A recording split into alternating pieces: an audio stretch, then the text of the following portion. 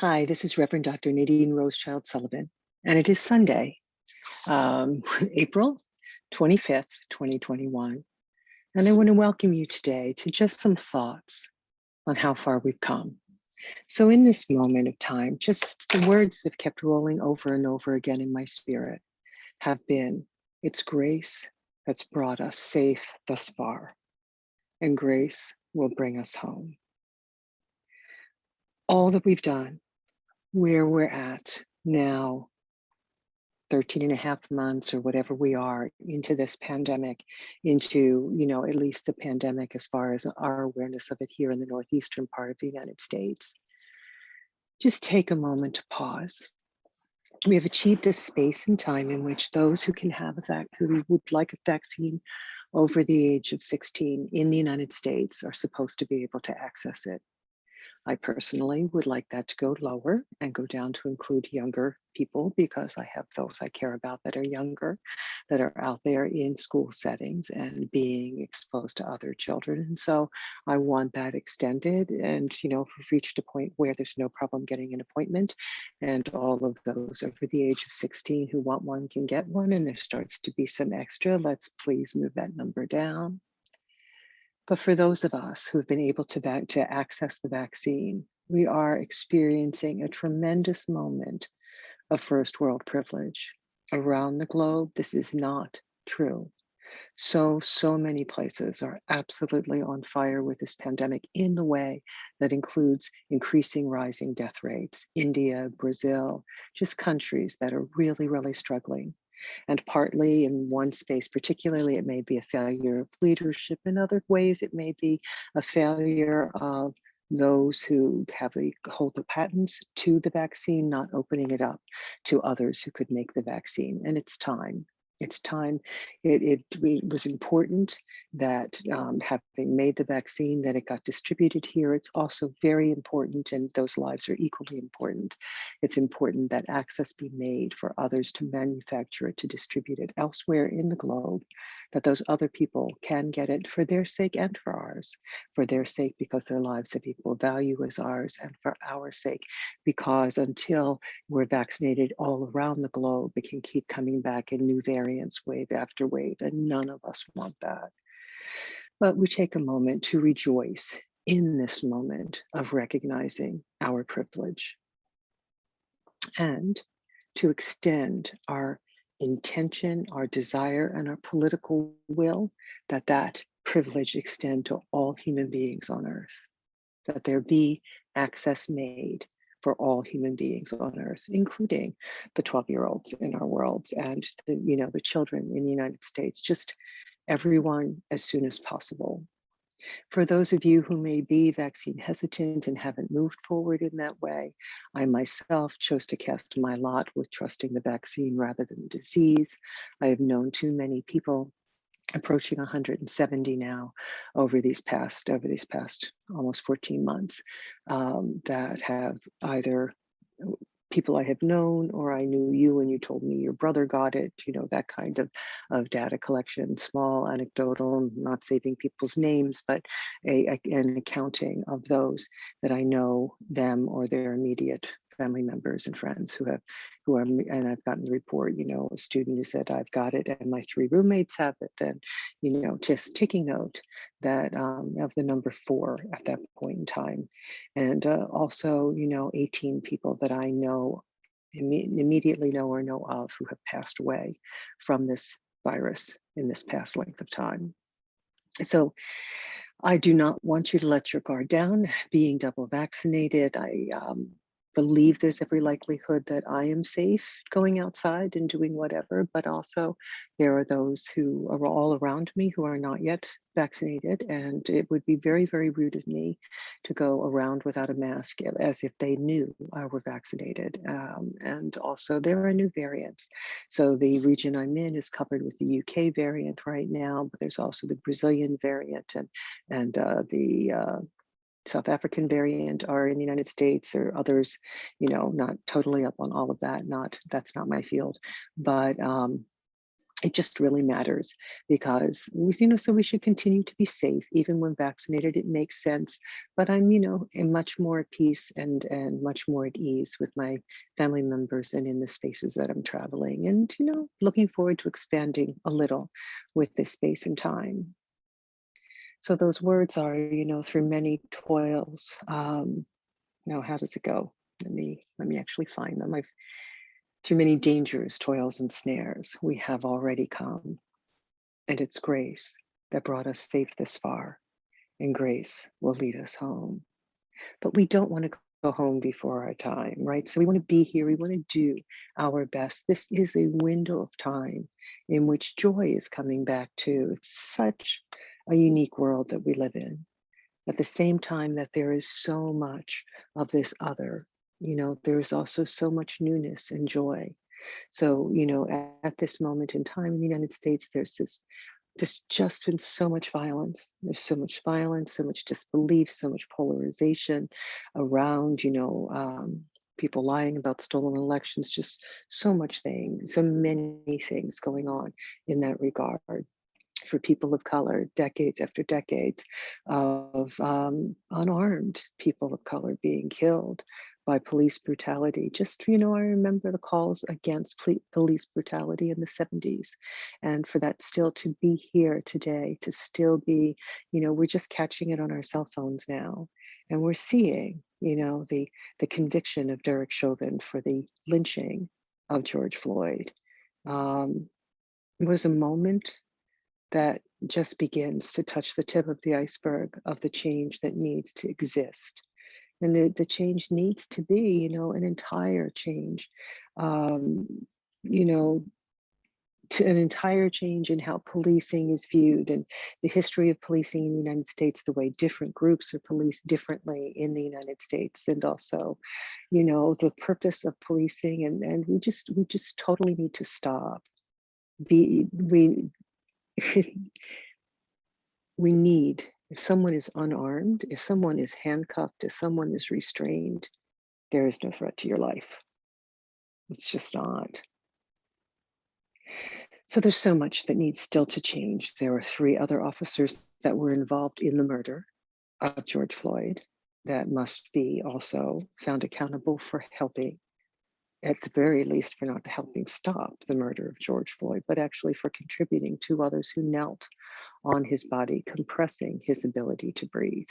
Another who held anyone back who might have, in any way desired to intervene. So much still ahead. And in all of this, other people shot in these days, in these weeks around this time. And our own COVID statistics, we're beginning to act like it's completely better now. I am so relieved that it is somewhat better. It's better for me personally because I've been vaccinated. But I know that it's not better for everyone around me. If you have not been vaccinated and you live in my neck of the woods these days, then there's actually a more transmissible, 70% more contagious variant roaming around here right now. And it's affecting younger people, and it's putting younger people into hospitalization. So it's not being nice to them. If you have to go to the hospital for it, it's hard. It's not asymptomatic, it's not easy, it's not no big deal. It's a very big deal if you have to go to the hospital, and particularly if you end up in an ICU. So there's some very, very, very real effects still going on of this pandemic, even though because of age, I'm in a bracket where many, many people in my age bracket have now been vaccinated, but we've just begun to do the over 16-year-olds who didn't have some sort of issues. And then, there are people who just aren't sure, and they have a right to have their concerns addressed. We also need them to get on board, because the only way to bring this pandemic under is for as many of us as possible all around the globe to get vaccinated. But in the US today, or in the globe today, the world has reached almost 148 million diagnosed cases of COVID-19. And the United States is right at the edge of 33 million diagnosed cases. And using ncov2019.live, the world is at 3,120,000 deaths, 3,120,000 deaths. Every one of those lives important. And the United States at 500 and almost 586,000 dead, with an increase this week of 5,036 more people in the United States who died, at over 700 a day on the average, dividing that number by 7. So it's not gone. Whether we're looking at 700 or 800 a day, or whether we're looking at 2,000 or 3,000 a day, it is not over.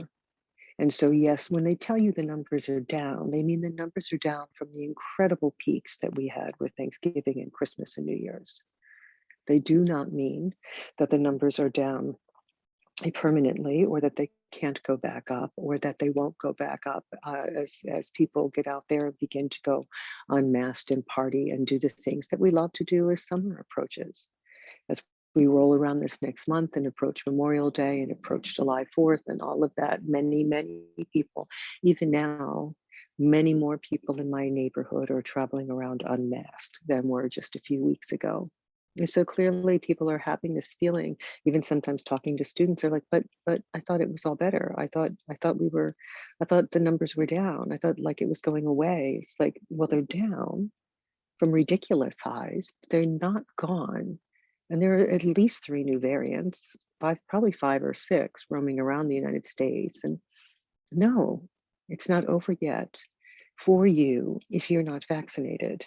If you are vaccinated, you still need those you love to be vaccinated. It needs to be, it's a whole thing. And for it to stop making new variants and swinging round and round and round, we all need to be in that place, right? But in this space, there's also the deer are beginning to shed their undercoat. So the deer in my daughter's backyard, there's a herd of them that pass through that neighborhood constantly. And that there's, really literally 11, 13, I'm counting all of the time, but their fluffy undercoats are coming up in big lumps of fur, and they're starting to look all sort of nubbly and bumpy, like some sort of knitted blanket as they shed. And it's sort of delightful to watch them go through their changes.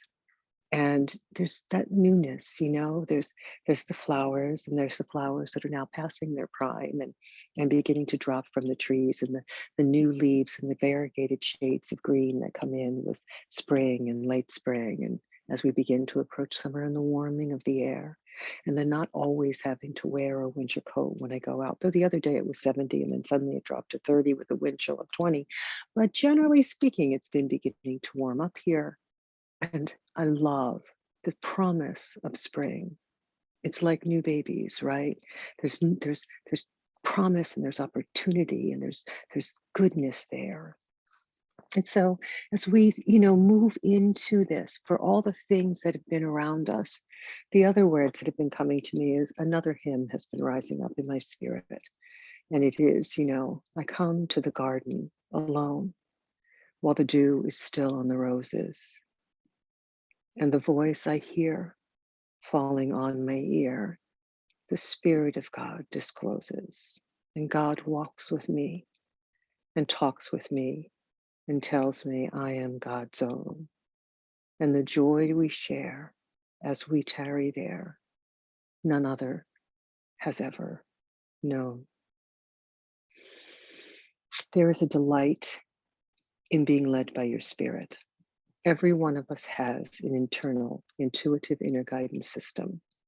There is a voice, something you think of as your gut feelings, or something you think of as a thought that popped into your mind, or a thought that dawned on you. There's an inner witness that leads you and guides you. And when you're all tossed about in worry and fear and doubt and thinking, and getting all wrapped up in that self-consciousness and anxiety, then you're blocking it out.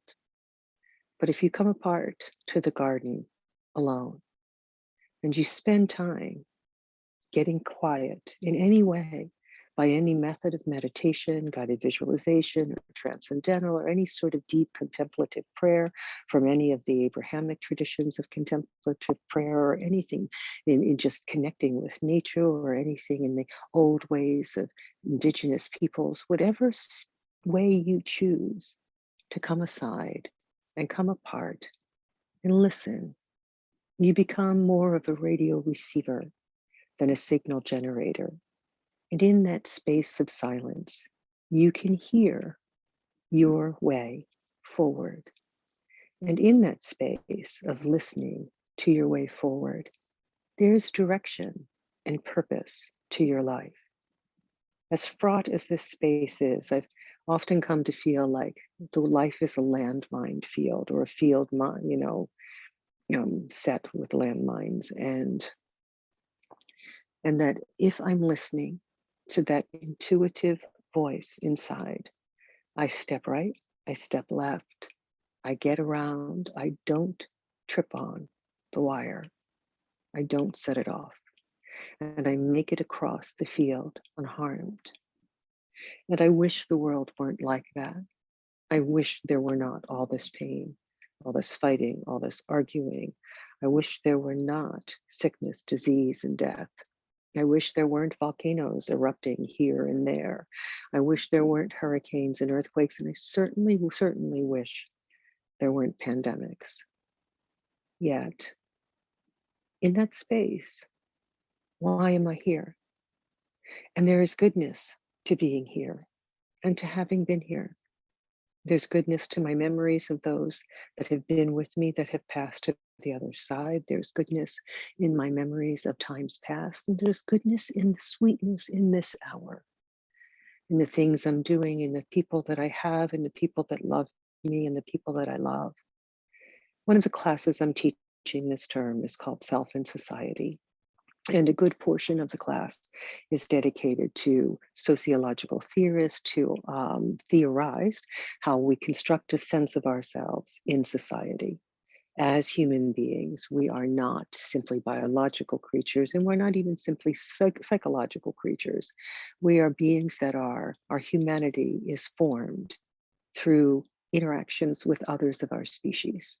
And there's a very deep reality to it. One of the theorists is a guy named Cooley who talked about the looking glass self, and he talked about how we see ourselves reflected back in the eyes of our caregivers when we're young, or even across our lifespan in the eyes of others who receive us or who don't receive us. And in their way they see us, it communicates to us, and we, generally speaking, internalize their feedback. And it's so the looking glass is the mirror, right? And we come to construct our sense of self through what we see in the mirror of their reactions to us. And for some of us, that's been a very difficult road, depending on your birth parents or guardians or the factors around your childhood, right? And for others, it's difficult now. Depends on where you are and where you're walking. But there are other pieces of this as well, right? So all these components of how we're socialized to be human, and good evidence that I show in the class that if we're not socialized, if we don't have interactions with other humans, if we're feral, then we really don't, our brains don't develop. We don't develop as human beings. Things don't work properly in the way they would have. So our influence on each other is actually relatively enormous. And in this space, I will ask them to write in this next week. There's just twice more that I'll meet with them this term. And on one of these 2 days, I will ask them to take a moment and to take 12 minutes actually, and I'll set a timer. And I will ask them to write their future autobiography. And there are kind of two ways to do it, but I'm not asking them to write and tell me anything about birth to this day in 2021 when I when I give this assignment. I will be asking them, and I will not be asking them to write forward from, this day next week to the end of their life. I will instead be asking them either to write their own obituary, but I will be asking them whether they're doing that or or a backward looking memoir, piece of memoir. But I will want them in both, either way, I will want their mindset to be as an old person, very, very old. I will want them to visualize themselves as 90 or 100 years old. And I always tell them, still cognizant, still ambulatory, and with good skin, right? Like none of this, like expecting to fall apart stuff. They're still them, but they're 90 or 100. and they're writing. And so it is, if they are 20 years old today, it's 8 decades in the future. They're now 100 years old. And from the perspective of the 100-year-old, they are telling me what they did and what the 100-year-old self feels makes the 100-year-old person say, I spent it well. So that's my question to them. What makes you say, I spent it well? Same thing with they were doing it as an obituary. What did they do? Who did they touch? Who would be surviving them? Who would be praising them? Who would be mourning them?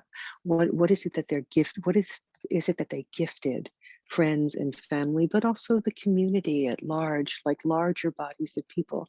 Like, what are you here doing?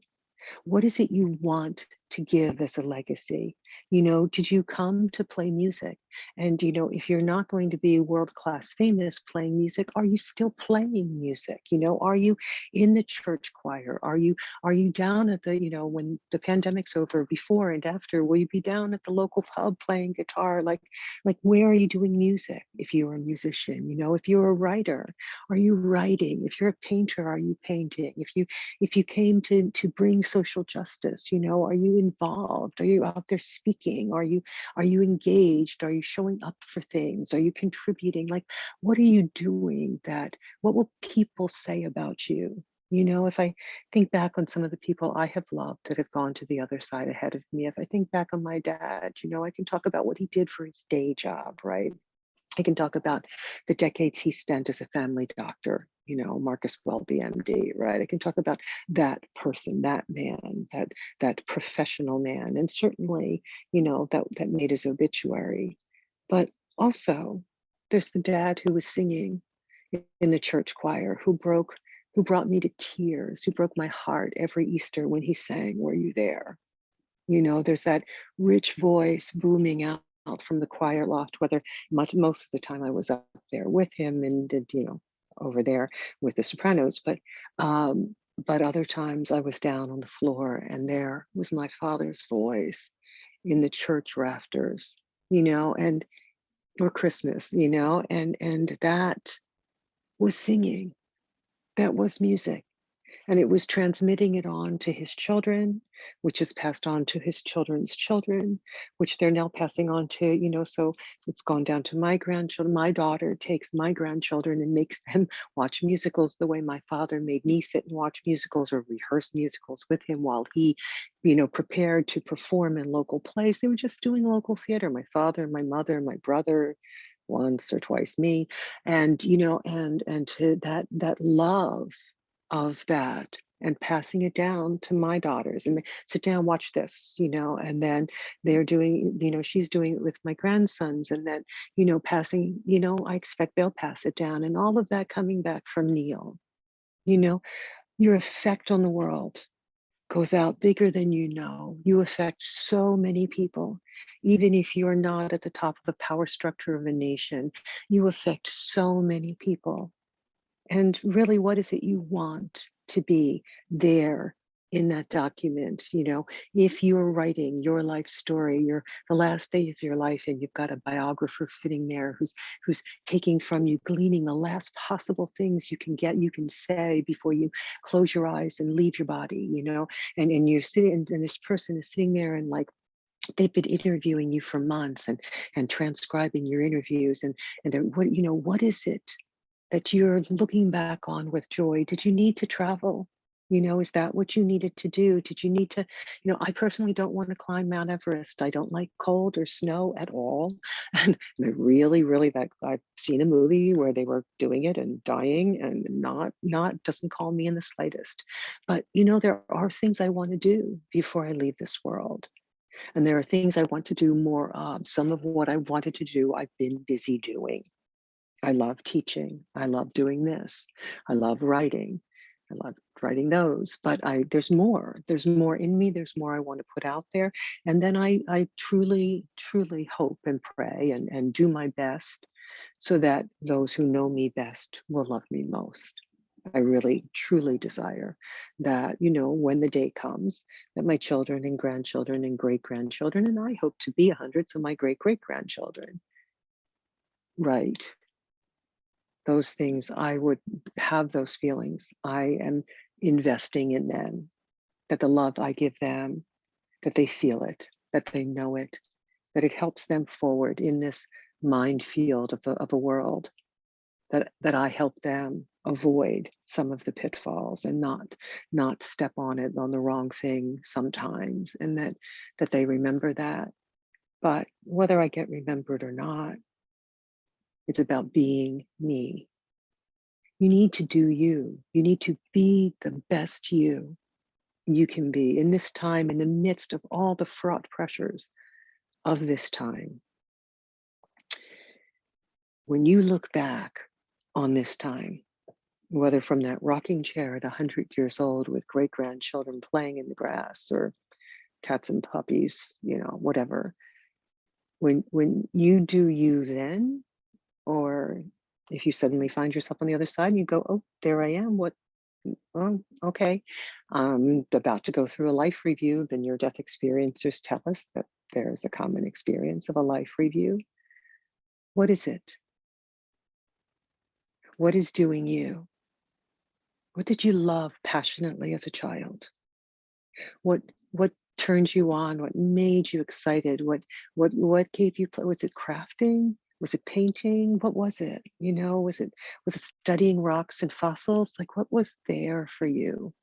Who are you? And how do you do you in the best possible way to make the best possible addition to other people's lives and to add something to this place? So many of my students, when they write the answers to this paper, an overwhelming majority of them will not have a very large vision.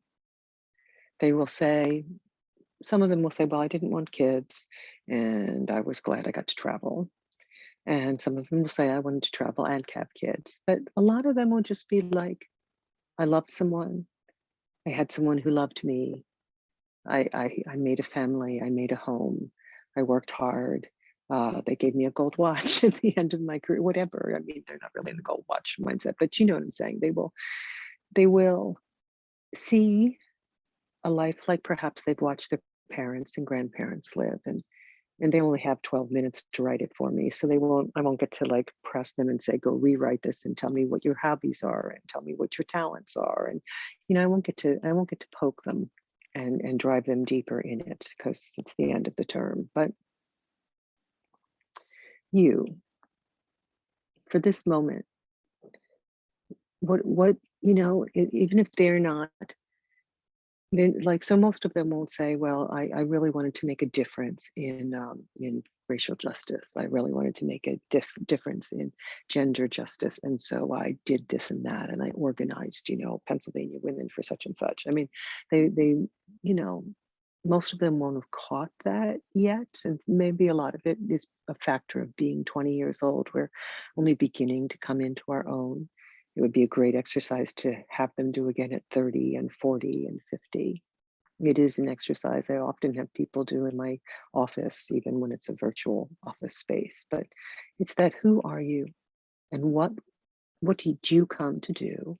And what will make you say, I spent the years of my life well? So you have a life, you have breath, you have come safe thus far. And grace is leading you home, and you can go to the garden and you can listen to that voice that falls on your ear, and you can walk led and guided on your path forward, doing you, being the best you can, contributing whatever you came to contribute to the world. You can do that. Tim Wise, in writing about race and racial injustice, notes that as a white man, the book I'm referring to is his book White Like Me. And he notes that as a white man, he's always kind of was raised with the concept that he should be able to fix things, and that the deeper he got into the topic, the more he realized that there was every likelihood that nothing he would do in his lifespan would be able to really do anything toward fixing racial injustice. But then he goes on and talks about how and writes about how, but you do it anyway, and you work anyway, because whether or not this thing is ever conquerable, is ever changeable in true measure, and God help us if it's not, and I believe it is, but even if it's not, it's about who we are as human beings. Who are you as a human being? So the struggle is about you being the best you can be and contributing the best you can contribute to this space, to this struggle. In whatever way you fight for justice and equity and liberty and fairness, in whatever way you give love and share love, in whatever way you show kindness, in whatever way you spread joy or sing music from the church rafters, in whatever, or the bar, in whatever way you engage with life, do it in such a way that if you have the great good fortune to be 100 years old, still cognizant and ambulatory, with good skin, sitting on in your rocking chair on your porch, watching great grands play in the yard, and you're looking back over your life, live your life in such a way that you can sigh and say, to the best of my knowledge, at any given moment in time, I did the best I could do, made the most moral choices, or dusted myself off, repented, and tried again. And I did my best to spend it, the time of life, to spend the time I was given well. So just for a moment, envision with me you filled with light, you in the garden listening to the voice of that which created us all, whatever you conceive that to be. Take this moment, Passover, Easter, Ramadan, May Day, all the changes, all the holidays, just everything you've been through, going through this last year, year and a quarter, everything here and now, whatever embodied intersections of race and gender and class and orientation you live at. Take this moment and envision that you and yours are safe and whole and well, that you are guided, that you travel your path forward, and that you and our nation spend it well. Until next week.